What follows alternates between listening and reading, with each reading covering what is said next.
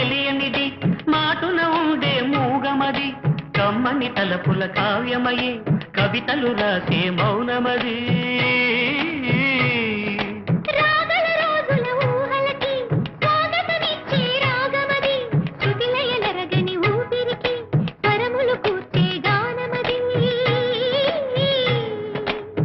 ఋతువుల రంగులు